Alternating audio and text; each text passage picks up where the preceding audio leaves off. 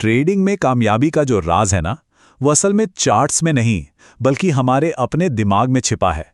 आज हम उसी मानसिक विरोधाभास को समझने की कोशिश करेंगे जो एक कामयाब ट्रेडर को बाकियों से बिल्कुल अलग बना देता है। यकीन मानिए, ये एक ऐसी यात्रा है जो ट्रेडिंग को देखने का नजरिया हमेशा के लिए बदल सकती है। तो चलिए शुरू करते हैं। ये सवाल लगभग हर ट्रेडर के जहन में कभी ना कभी जरूर आता है। सोचिए, आपने अपना पूरा एनालिसिस किया, चार्ट पर एक जबरदस्त मौका देखा, सब कुछ बिल्कुल सही लग रहा था, लेकिन जैसे ही ट्रेड लिया, नतीजा उम्मीद के बिल्कुल उलट। आखिर ऐसा होता क्यों है? Hello, welcome back. ये ब्लैक पर्ल ट्रेडर्स की ट्रेडिंग साइकोलॉजी सीरीज का दूसरा एपिसोड है। देखिए, ऐसे और कंटेंट के लिए ब्लैक पर्ल ट्रेडर्स को फॉलो करना होगा। और हाँ, नोटिफिकेशन बेल को ऑल पे जरूर सेट कर लीजिएगा। और अगर मेरा काम पसंद आ रहा है तो एक थम्स अप तो बनता है। इसी को कहते हैं साइकोलॉजिकल गैप या मनोवैज्ञानिक अंतर। ये कोई बाजार के ज्ञान की कमी नहीं है, नहीं, बल्कि ये वो खाई है जो हमारे एनालिसिस और हमारे एक्शन के बीच में होती है। ज्यादातर ट्रेडर्स इसी खाई में गिरकर असफल हो जाते हैं क्योंकि उनकी अपनी मानसिकता ही उन्हें रोक लेती है। ये एक बहुत जानी पहचानी कहानी है। ज्यादातर ट्रेडर्स एक ही रास्ते पर चलते हैं। वो एक एनालिटिकल मेथड से दूसरे पर कूदते रहते हैं। उन्हें लगता है कि शायद कोई जादुई इंडिकेटर मिल जाएगा जो उन्हें सफलता दिला देगा। लेकिन वो ये समझ ही नहीं पाते कि असली खजाना चार्ट्स में नहीं, बल्कि उनके अपने दिमाग में ही छिपा हुआ है। अगर हम ट्रेडिंग के इतिहास पर एक नज़र डालें तो एक साफ साफ विकास दिखाई देता है। 1970 के दशक में सब कुछ फंडामेंटल्स पे टिका था। फिर आया 80 का दौर, टेक्निकल एनालिसिस का दौर। और आज जो सबसे आगे रहने वाले ट्रेडर्स हैं, वो ये समझ चुके हैं कि असली बढ़त मेंटल एनालिसिस में है, यानी कि मानसिक विश्लेषण में। देखिए, टेक्निकल एनालिसिस यकीनन फंडामेंटल्स से बेहतर है, क्योंकि वो हमें बताता है कि बाजार अभी क्या कर रहा है। लेकिन ये हमें खुद को बर्बाद करने से नहीं रोकता। और ज्यादा एनालिसिस करने से तो अक्सर डर और हिचकिचाहट और बढ़ जाती है, क्योंकि हम हर छोटी बड़ी चीज का मतलब निकालने की कोशिश में उलझ जाते हैं। चलिए, अब हम इस पूरे विश्लेषण के सबसे जरूरी हिस्से पर आते हैं। ये एक ऐसा आइडिया है जो एक आम ट्रेडर को एक प्रोफेशनल से अलग करता है। ये है जोखिम लेने और जोखिम को सच में स्वीकार करने के बीच का बहुत बड़ा अंतर। जरा इस स्लाइड पे ध्यान से देखिए। बाईं ओर है एक आम रिस्क टेकर। वो हर ट्रेड में बस सही होने की उम्मीद करता है और गलत होने के ख्याल से ही उसकी हालत खराब हो जाती है। यही डर उसे जोखिम से भगाता है और अक्सर बड़ी बड़ी गलतियां करवाता है। अब दाईं ओर देखिए, यह है एक प्रोफेशनल रिस्क एक्सेप्टर।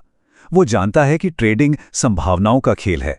उसके लिए एक छोटा मोटा नुकसान बिजनेस की लागत है, कोई इमोशनल तबाही नहीं। और ये बात पूरी कहानी को बयां करती है। जोखिम को स्वीकार करना एक सीखा हुआ हुनर है, शायद ट्रेडिंग में सबसे जरूरी। यही वो मानसिकता है जो किसी भी अनिश्चितता के बीच पूरे अनुशासन और आत्मविश्वास के साथ ट्रेड करने की ताकत देती है। मार्केट हमें एक बहुत अनोखा तोहफा देता है, पूरी आजादी।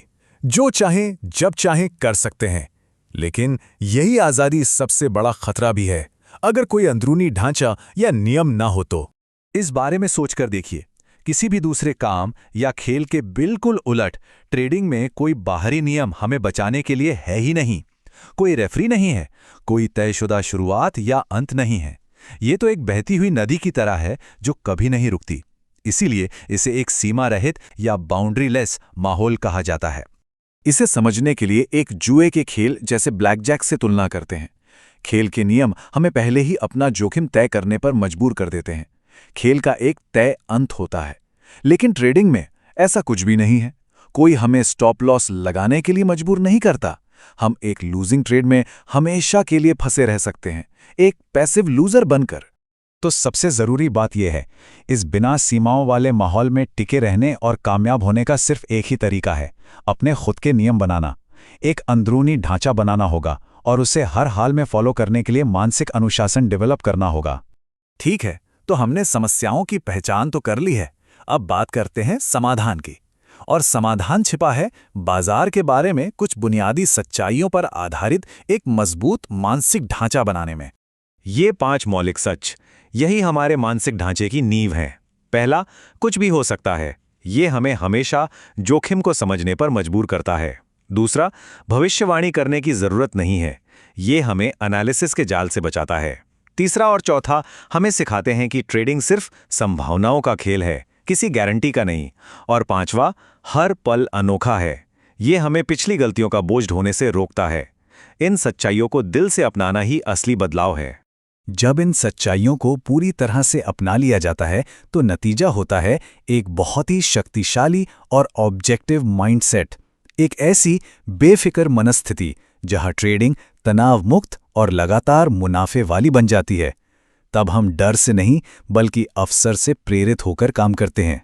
तो चलिए अब सारी बातों को समेटते हैं। अंतिम लक्ष्य है अपने नजरिए में एक पूरा बदलाव लाना, एक ऐसा बदलाव जो हमें बाजार के विश्लेषक से एक ट्रेडर की मानसिकता वाले इंसान में बदल दे। इस एक बात को अपने मन में गहराई से बैठा लीजिए, वो जो कंसिस्टेंसी या निरंतरता है ना, जिसकी सब तलाश में है, वो बाजार में नहीं है, वो हमारे अंदर है। सफलता बाहरी विश्लेषण से नहीं बल्कि अंदरूनी महारत से आती है।